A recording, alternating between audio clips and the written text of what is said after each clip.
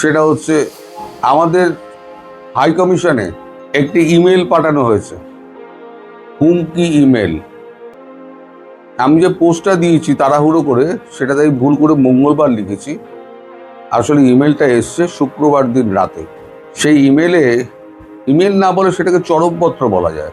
তাতে বলা হয়েছে 15 দিনের মধ্যে স্বৈরাচার সঙ্গী দেশ তাদেরকে বাংলার ভূমি ছাড়তে হবে, মানে বাংলাদেশের ভূমি ছাড়তে হবে, না ছাড়লে তার ফল ভোগ করতে হবে।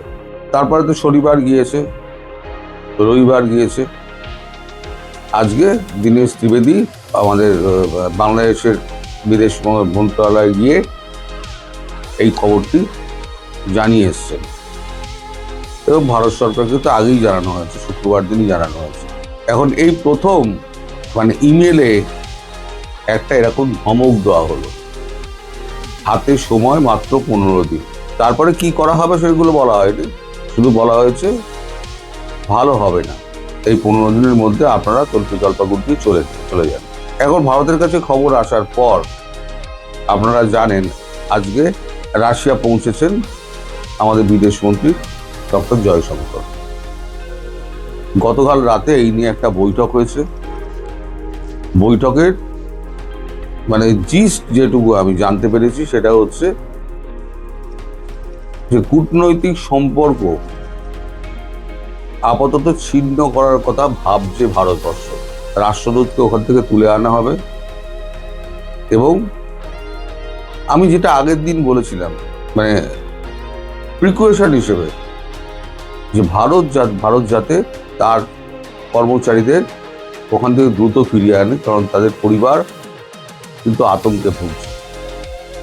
এখন এই ইমেলটি প্রকাশ হয়ে পড়েছে, মানে বিদেশ মন্ত্রক মারফত প্রকাশ হয়ে পড়েছে, বিদেশ মন্ত্রকের মধ্যেই ঘোরাফেরা করছে। এখন শুক্রবার দিন হয়েছে, আমি খবর পেয়েছি আজকে সোমবার, এর মধ্যে ঘটনা অনেক দূরে হয়তো এগিয়ে গেছে, আমি তা জানতে পারিনি, এখনো জানতে পারিনি।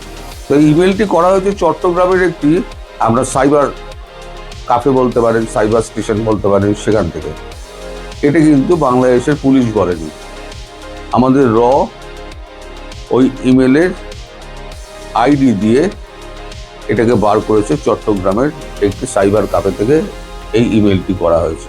এবং সম্ভবত ইমেলের সমস্ত ফ্যাক্টসগুলো সব একই ইমেল বিভিন্ন জায়গায় পাঠানো হয়েছে, বিভিন্ন মানে আমরা যে সমস্ত রাষ্ট্রদূত রয়েছে তাদের কাছে পাঠানো হয়েছে। এই যে এতগুলো রাষ্ট্রকে পাঠানো হলো, শোনা যাচ্ছে 4-এর বেশি হলে আমাদের হলে 5। আপাতত শোনা যাচ্ছিল পাকিস্তান, তুর্কি, জাপান এবং চীন, 4টে দেশকে পাঠানো হয়েছিল। এবার ভারতের কাছ থেকে জানা গেল ভারতও পেয়েছে। তার মানে এখন ভারতবর্ষ আর আমেরিকা দুজনে মিলে কাজ করছে বাংলাদেশে যৌথভাবে। তাহলে আমার প্রশ্ন হচ্ছে, যদি ভারতের কাছে এই ইমেল এসে থাকে তাহলে ইউএস এম্বাসিতে কি যায়নি? নিশ্চয়ই গেছে। এবং ইউএস এম্বাসিতে গেলে তার পরিণামটা কি হবে সেটা কি তারেক রহমান সরকার ভাবতে পারছে? ভারতবর্ষ নয় কূটনৈতিক সম্পর্ক ছিন্ন করে ফেললো এবং খাদ্য সামগ্রী, ডিজেল ফিজেল যা আছে সব বন্ধ করে দিল। ধরুন আগামী পরশুদিন থেকে আজকে থেকে সব বন্ধ, আপনারা কিছু পাবেন না। এই ইমেলের পর আপনারা কিছু পাবেন না। ফাঁকা পেটে না সন্ত্রাসবাদের গুলি ওই জানলা গুলে হাওয়া হয়ে যাবে যখন 2 মাস ফাঁকা পেটে থাকবে। আমি বারবার বলেছি যে আমার মায়া হয় এই সাধারণ মানুষের জন্য।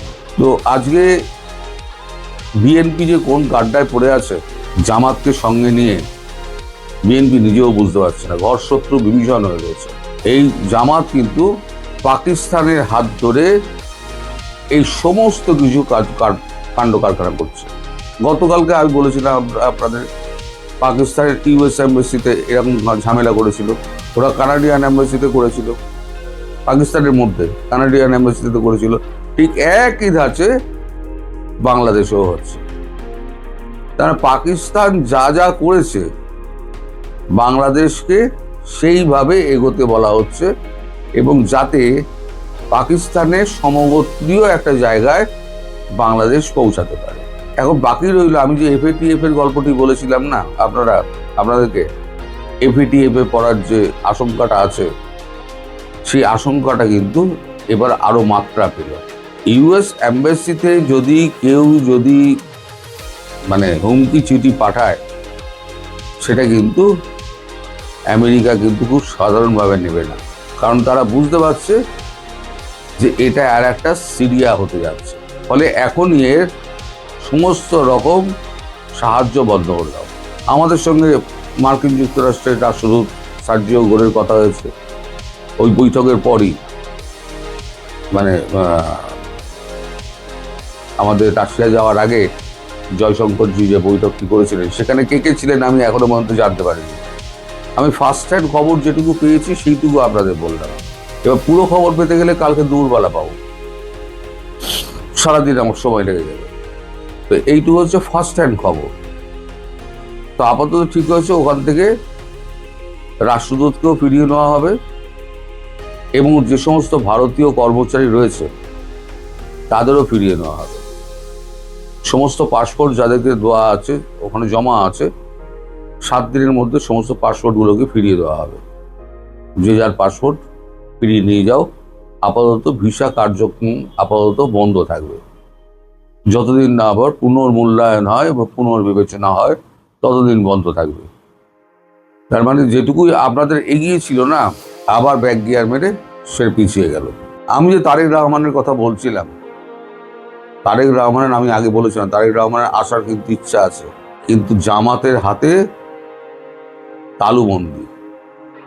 আর আমি আর একটা কথা বলেছি যেটা ভবিষ্যতে প্রমাণ হবে, ইউনূস আর জামাতের হাতে এমন কিছু গোপনীয় কার্ড রয়েছে যেটা দিয়ে তারেক রহমানকে ব্ল্যাকমেল করা হচ্ছে।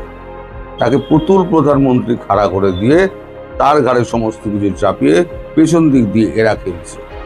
যদি কিছু হয় তখন বলবো তো প্রধানমন্ত্রী ছিলেন, প্রধানমন্ত্রী সব ডিসিশন নিয়েছেন, আমরা তো করিনি। সমস্তটা তারেক রহমানের ঘাড় দিয়ে করানো হচ্ছে।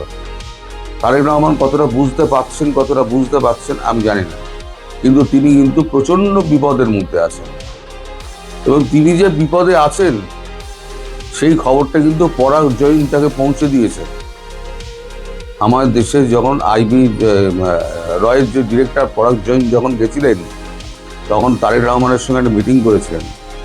তাকে কিন্তু বলেছিলেন আপনার জীবন কিন্তু ঝুঁকিতে রয়েছে, আপনি কি করবেন ভেবে দেখুন। কারণ কিন্তু এই সব খবরগুলো রাখে, পাকিস্তানে কার সঙ্গে যোগাযোগ হচ্ছে, কারা যোগাযোগ করছে। রহমানি আপনাদের সেই হচ্ছে পাকিস্তানের প্রধান এজেন্ট। রহমানি এই কাজগুলো পাকিস্তানের বুদ্ধিতে এই কাজগুলো করছে। পাকিস্তানের 4 জন না 5 জন না আরো বেশি বোধহয় আপনার আইএসআই এর লোক এসেছিল, ওয়েস্টিন হোটেলে ছিল বেশ কিছুদিন। তারা এখানে বসে সমস্ত প্ল্যান করে গেছে এবং জামাতের শীর্ষ নেতারা, আমির সহ শীর্ষ নেতারা সেই হোটেলে কিন্তু উপস্থিত ছিলেন গোপনে। এবং সেই মিটিংগুলো হতো রাত্রিবেলা 2টোর সময়, 2টো থেকে ভোর অবধি, লোকচক্ষুর আড়ালে অন্ধকারে এই সমস্ত মিটিংগুলো হতো। ভারত কি করবে? ভারত মালপত্র সমস্ত বন্ধ করে দিল। এবার ভারত কিন্তু সিরিয়াসলি ভাববে যে অ্যাকশন নিতে হবে, সিরিয়াসলি ভাববে। এতদিন কিন্তু ভারতবর্ষ ছাড় দিয়েছে যে না, পার্শ্ববর্তী রাষ্ট্র, আমরা এটা করব না।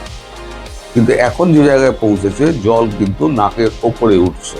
সুতরাং আমার মনে হয় না যে ভারতবর্ষের প্রধানমন্ত্রী নরেন্দ্র মোদী যখন কথায় কথায় বলছে সিঁদুর টু ইজ অনগোয়িং, তখন আর যে সমস্ত সৈন্য সমাবেশ করা হয়েছে, শেখ হাসিনা ঢোকার আগে এই সমস্ত ফিনিশ করার জন্য এদের জায়গায় জায়গায় সমস্ত টপ খানো হবে। না, আমার কথা মিলিয়ে নেবেন। এখন দেখা যাক। আজকে আমি পুরো খবর আপনাদের দিতে পারলাম না, পুরো খবর পেতে গেলে কাল অবধি আপনাদের অপেক্ষা করতে হবে। বাংলাদেশের প্রধান শিল্পাঞ্চলগুলিতে পরিস্থিতি এতটাই ভয়াবহ যে কোথাও কারখানা বন্ধ রাখতে হচ্ছে, কোথাও উৎপাদন নেমে এসেছে স্বাভাবিক ক্ষমতার মাত্র 30%, কোথাও আরো কম, মাত্র 10%। আবার কোথাও গ্যাসের বদলে কাঠ পুড়িয়ে বয়লার চালানোর চেষ্টা করছেন কারখানার মালিকরা। কোথাও কারখানার গেটে নোটিশ, অনির্দিষ্টকালের জন্য বন্ধ থাকবে কারখানা। আর ঠিক এই সময়েই গত 18ই আগস্ট বাংলাদেশের রাজধানী ঢাকায় হাজির হয়েছিলেন ভারতের এক ঝাঁক প্রথম সারির শিল্পপতি ও কর্পোরেট প্রতিনিধি। তাদের মধ্যে ছিলেন কারা?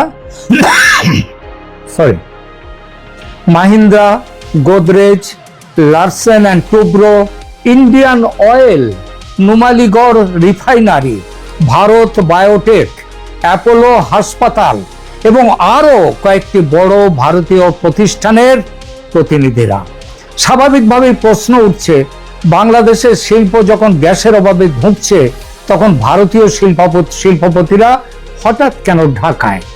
বাংলাদেশের বিপর্যস্ত শিল্পগুলিকে সাহায্য করতে, নতুন বাজার ধরতে, বাংলাদেশের সস্তা শ্রম ও পরিকাঠামোর সুযোগ নিতে, নাকি রাজনৈতিক সম্পর্কের দরজা যেটা তারেক রহমান ক্ষমতায় বসে বন্ধ করতে চাইছেন গত 6 মাস ধরে, সেখান থেকে তাকে ফেরাতে এটা ছিল আসলে ভারত সরকারের ব্যবস্থাপনায় তৈরি ভারতীয় শিল্পপতিদের একটি নিয়োজিত সফর, যার রাজনৈতিক গুরুত্ব অনেক।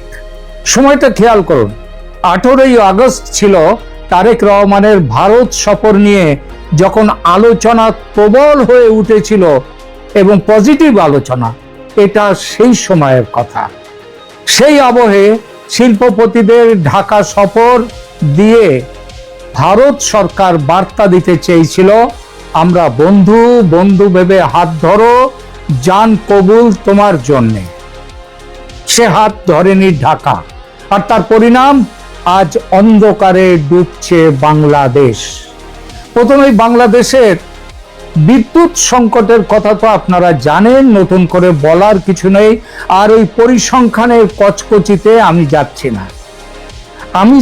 আমার যেটা বক্তব্য সেটা হলো যে বাংলাদেশের এমনকি ঢাকা শহরে পর্যন্ত দিনে, বাংলাদেশের ঢাকা তো খুব কম, ন্যাচারালি রাজধানী, সেখানে বিদ্যুৎ কাটাগুলো কম হয়, কিন্তু তা সত্ত্বেও গ্রামে গঞ্জে এবং ঢাকা সেখানে গ্রামে গঞ্জে ছোট শহরে অনেক জায়গায় দিনে 15 থেকে 20 ঘন্টা পর্যন্ত বিদ্যুৎ কাটা চলছে। অর্থাৎ বিদ্যুৎবিহীন অন্ধকারে মানুষকে থাকতে হচ্ছে। বাংলাদেশের গ্যাস সংকটের প্রকৃত ছবিটা কি? বাংলাদেশের দৈনিক গ্যাসের চাহিদা, এখানে একটু আমাকে পরিসংখ্যান আনতেই হচ্ছে, যে গ্যাসের চাহিদা দৈনিক 380 থেকে 400 কোটি ঘনফুট কিউবিক ফিট। স্বাভাবিক অবস্থাতেও যখন কোনো প্রবলেম নেই বাংলাদেশের, তখনও সরবরাহ থাকে 260 কোটি ঘনফুটের কাছাকাছি। অর্থাৎ স্বাভাবিক অবস্থাতেও প্রতিদিনের স্বাভাবিক ঘাটতি প্রায় 120 থেকে 140 কোটি ঘনফুট, যা মোট চাহিদার প্রায় 1/3। এই পুরনো ঘাটতির ওপরে নতুন বিপর্যয় নামিয়ে এনেছে মহেশখালীর দুটো ভাসমান এলএনজি টার্মিনালের বারবার বিকল হয়ে যাওয়া। 21শে জুলাই মার্কিন সংস্থা এক্সেলারেট এনার্জি পরিচালিত এলএনজি টার্মিনালে আগুন ধরে যায় এবং প্রযুক্তিগত গোলযোগ দেখা দেয়। এক ধাক্কায় ওই ন্যাশনাল গ্রিড বা জাতীয় গ্রিডে দৈনিক প্রায় 45 কোটি ঘনফুট গ্যাস সরবরাহ পুরো বন্ধ হয়ে যায়। টার্মিনালটি আংশিকভাবে পরবর্তী সময়ে চালু করা হলেও আবার দেখা দেয় সেখানে প্রযুক্তিগত ত্রুটি, কখনো এলএনজি কার্গোর অভাব, কখনো যান্ত্রিক সমস্যা, আবার কখনো উত্তাল সমুদ্রের কারণে ট্যাঙ্কারকে টার্মিনালের সঙ্গে যুক্ত করা যায়নি। অন্যদিকে সামিটের ভাসমান টার্মিনালও প্রতিকূল আবহাওয়ার কারণে কয়েক দফায় সরবরাহ বন্ধ করতে বা কমাতে বাধ্য হয়েছে। ফলে আগস্টের মাঝামাঝি সময়ে বাংলাদেশের জাতীয় গ্রিডে গ্যাস সরবরাহ এক পর্যায়ে দৈনিক মাত্র 173 থেকে 218 কোটি ঘনফুটের মধ্যে নেমে আসে, যেখানে চাহিদা হচ্ছে প্রায় 400 কোটি ঘনফুট। অর্থাৎ কোনো দিনে প্রয়োজনের অর্ধেক গ্যাসও পাওয়া যায়নি। 22শে আগস্ট এক্সেলারেটেড টার্মিনাল আবার আংশিকভাবে উৎপাদনে ফেরার পর সরবরাহ প্রায় 230 কোটি ঘনফুটে উঠেছে। মানে এখনো ঘাটতি প্রায় 200 কোটি ঘনফুট। অতএব পরিস্থিতির কিছুটা উন্নতি হয়েছে, এটাই বড় জোর বলা যায়। কিন্তু এটাও মনে রাখতে হবে, প্রায় 400 কোটি ঘনফুট চাহিদার তুলনায় 230 কোটি ঘনফুট সরবরাহ মানে এখনো প্রতিদিন 150 কোটি ঘনফুটের বেশি বিশাল ঘাটতি। সুতরাং টার্মিনাল আংশিক চালু হয়েছে মানে সংকট কেটে গেছে, এমনটা যারা ভাবছেন সম্পূর্ণ ভুল ভাবছেন। এবার দেখা যাক এই ঘাটতি শিল্পাঞ্চলে কি ধরনের পরিস্থিতি তৈরি করেছে। গাজীপুর বাংলাদেশের বৃহত্তম শিল্প কেন্দ্রগুলোর একটি। সেখানে দৈনিক প্রায় 55 কোটি ঘনফুট গ্যাসের প্রয়োজন হলেও পাওয়া যাচ্ছিল মাত্র 25 থেকে 30 কোটি ঘনফুট। অর্থাৎ ঘাটতি 45% বেশি, প্রায় অর্ধেকের মতো। গ্যাসের অভাবে গাজীপুরের প্রায় 17 থেকে 18% কারখানা, এটা সরকারি হিসেবে, কয়েকদিনের জন্য উৎপাদন বন্ধ ঘোষণা করতে বাধ্য হয়েছিল।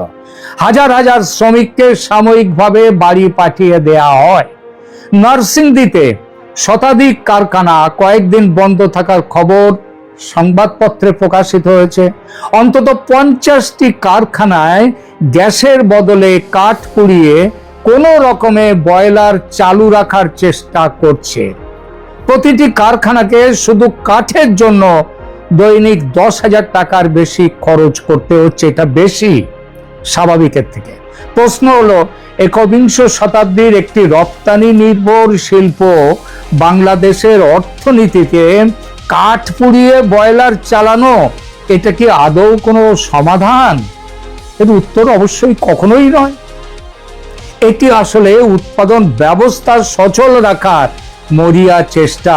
কারণ বয়লার বন্ধ হয়ে গেলে পোশাক শিল্পের তালা, সাইজিং, ডাইং, স্পিনিং, নিটিং, গোটা উৎপাদন শৃঙ্খল ভেঙে চুরমার হয়ে যাবে। আবার সেই বয়লার যখন ভবিষ্যতে গ্যাসের সাপ্লাই, সেটা স্বাভাবিক হলে বয়লার চালু করতে গেলেও আবার অনেক পরিশ্রম, অনেক খরচ। ঢাকার আশেপাশে নরসিংদী, নারায়ণগঞ্জ, গাজীপুর, সাভার, আশুলিয়া এবং ভালুকার মতো প্রধান শিল্পাঞ্চলে কোথাও কোথাও গ্যাসের চাপ 0 থেকে 2.5 PSI তে নেমেছে। অথচ বড় শিল্পের বয়লার চালাতে প্রয়োজন 10 PSI বা তার বেশি প্রেসার, এটা সেই চাপ চাই। ফলে অনেক ডাইং, সাইজিং, স্পিনিং ও সিরামিক কারখানা তাদের স্বাভাবিক ক্ষমতার মাত্র 10 থেকে 20-25% কাজ করতে বাধ্য হচ্ছে। অবস্থানটা বুঝলেন? স্বাভাবিক ক্ষমতার মাত্র 10 থেকে 20-25% কাজ করতে বাধ্য হচ্ছে, মানে 75 থেকে 90% কাজ করতে পারছে না। এখানে একটা গুরুত্বপূর্ণ তথ্য পরিষ্কার করে নেওয়া দরকার যে Bangladesh garment manufacturers and exporters association জানিয়েছে গ্যাসের অভাবে সব পোশাক কারখানা যে বন্ধ হয়ে গেছে এটা ঠিক নয়, কিন্তু বেশ কিছু কারখানায় এবং বলা যায় বেশিরভাগ কারখানায় ঝাঁপ পড়েছে, অর্থাৎ প্রোডাকশন বন্ধ। যদিও অনেক কারখানা স্বাভাবিক ক্ষমতার অনেক কম উৎপাদন করতে বাধ্য হচ্ছে। মূল সমস্যা তৈরি হয়েছে উৎপাদনের প্রথম দিকের ধাপগুলোতে। সুতো তৈরি, কাপড় বোনা, ডাইং, ওয়াশিং এবং ফিনিশিংয়ে এই শিল্পগুলো গ্যাসের ওপর অত্যন্ত নির্ভরশীল এবং নির্ভরশীল কাঁচামালের ওপর, যার একটা বড় অংশ ভারত থেকে যায়। ভারত থেকে সেই যাওয়াটা নানা কারণে, যার মধ্যে একটা হচ্ছে ডলারের অভাব, আবার একটা হচ্ছে এই মুহূর্তে ভারত একটু মুঠোটাকে শক্ত করেছে। এই প্রাথমিক কারখানাগুলো ঠিক সময়ে কাপড় সরবরাহ করতে না পারলে পোশাক সেলাইয়ের কারখানা আজ চালু আছে হয়তো দুদিন পরে তার কাঁচামালে টান পড়তে পারে, আর তার জন্য কি হবে? কারখানা বন্ধ হয়ে যাবে। অর্থাৎ গ্যাস সংকটের সম্পূর্ণ অভিঘাত এখনো রপ্তানির পরিসংখ্যানে ধরা পড়েনি, কিন্তু উৎপাদন শৃঙ্খলের ভেতরে বিস্ফোরক পরিস্থিতি তৈরি হচ্ছে। জুলাই মাসে বাংলাদেশের মোট রপ্তানি ছিল প্রায় 472 কোটি ডলার, এটা জুন মাসের তুলনায় বেড়েছে। কিন্তু মনে রাখবেন, গত বছরের জুলাইয়ের তুলনায় এই রপ্তানি বাড়েনি, বরং কমেছে প্রায় 1%। পোশাক রপ্তানি হয়েছে প্রায় 389 কোটি ডলার, যেটা গত বছরের জুলাই মাসের তুলনায়, মানে 2025-এর জুলাইয়ের তুলনায় প্রায় 2% কম। আর 2024-এর জুলাইয়ের তুলনায়, তখন গোলমাল চলছিল বাংলাদেশে, তার তুলনায় এটা 5% কম। ওভেন পোশাকের রপ্তানি কমেছে প্রায় 3.16%, এবং নিটওয়্যার কমেছে প্রায় 1%-এর বেশি। এই পরিসংখ্যানকে এখনই ধস বা মহাধস বলা যাবে না, এটা ঠিক, কিন্তু বিপদটা তো অন্য জায়গায়। বিদেশি ক্রেতার কাছে পোশাকের দাম একমাত্র বিবেচ্য নয়, নির্ধারিত দিনে পণ্য পৌঁছে দেয়া বেশি গুরুত্বপূর্ণ। গ্যাসের অভাবে উৎপাদন বিলম্বিত হচ্ছে, কারখানাকে অনেক বেশি খরচ করতে হচ্ছে, এবং সময় না থাকায় বিমানে পণ্য পাঠাতে হচ্ছে। কখনো কখনো জরিমানা পর্যন্ত দিতে হচ্ছে পোশাক কারখানাগুলোকে, কখনো অর্ডার বাতিল হয়ে যাচ্ছে। আর বারবার এমন হলে আন্তর্জাতিক ক্রেতা চলে যাবে অন্য জায়গায়, ভারতে, ভিয়েতনামে, কম্বোডিয়া, ইন্দোনেশিয়া, তাদের দিকে। একবার অর্ডার যদি অন্য দেশে চলে যায়, তা ফিরিয়ে আনা খুব খুব কঠিন। আর এখানেই আসে কর্মসংস্থানের প্রশ্ন। খুব বেশি কারখানা স্থায়ীভাবে বন্ধ হয়েছে কি হয়নি এটা বলে স্বস্তি পাওয়া যেতে পারে, কিন্তু যদি উৎপাদন 30, 50 বা 70% নেমে আসে, তাহলে মালিকের পক্ষে সমস্ত শ্রমিককে দীর্ঘদিন পুরো মজুরি দিয়ে রাখা সম্ভব হবে না। প্রথমে ওভারটাইম বন্ধ হবে, তারপর অস্থায়ী শ্রমিকরা বাদ পড়বে, তারপর বাধ্যতামূলক ছুটি, বেতন বকেয়া, এবং শেষ পর্যন্ত ছাঁটাই। কারখানার গেট তালাবন্ধ। বাংলাদেশের পোশাক শিল্পে প্রায় 40 লক্ষ মানুষের প্রত্যক্ষ কর্মসংস্থান, তারা সরাসরি কাজ করে। আর পরোক্ষভাবে এই পরিবহন, প্যাকেজিং, খাবারের দোকান, বাড়ি ভাড়া, ছোট ব্যবসা সহ কয়েক কোটি মানুষের জীবন এই শিল্পের উপর নির্ভরশীল।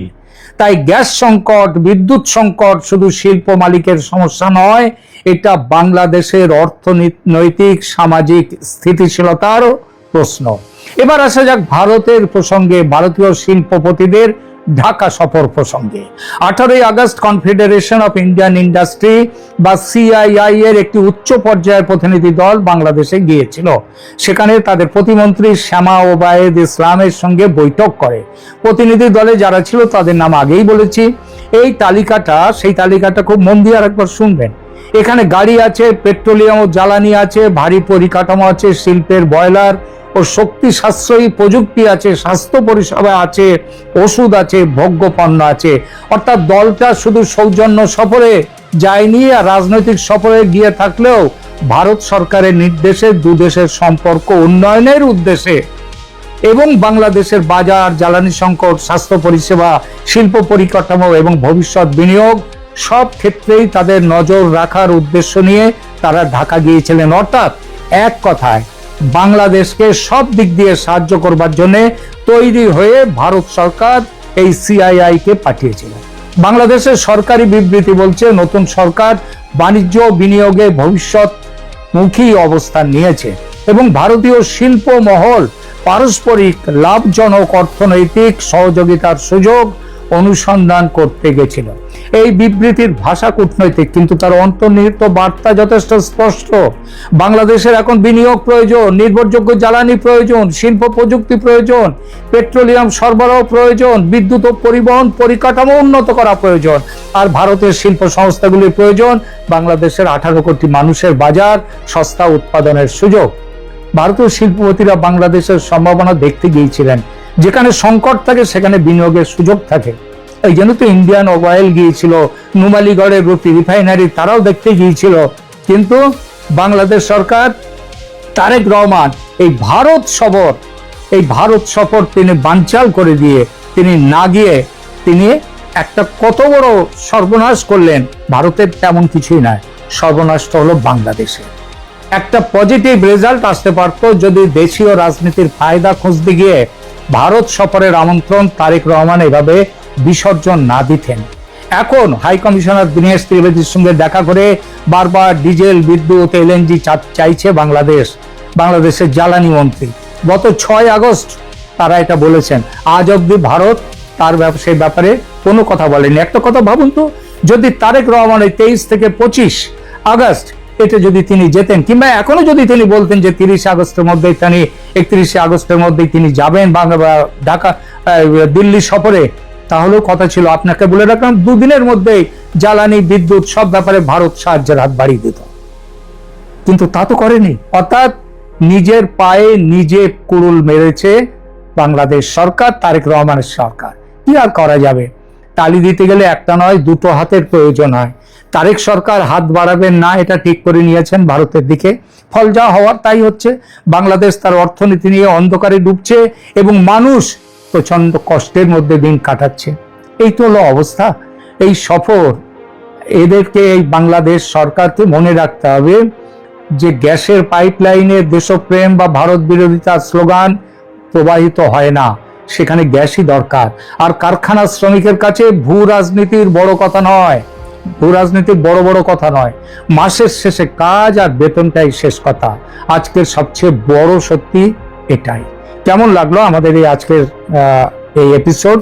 আপনারা কমেন্ট করুন, লাইক দিন, শেয়ার করুন এবং অতি অবশ্যই চ্যানেল সাবস্ক্রাইব যদি না করে থাকেন সাবস্ক্রাইব করে পাশে থাকুন। ধন্যবাদ।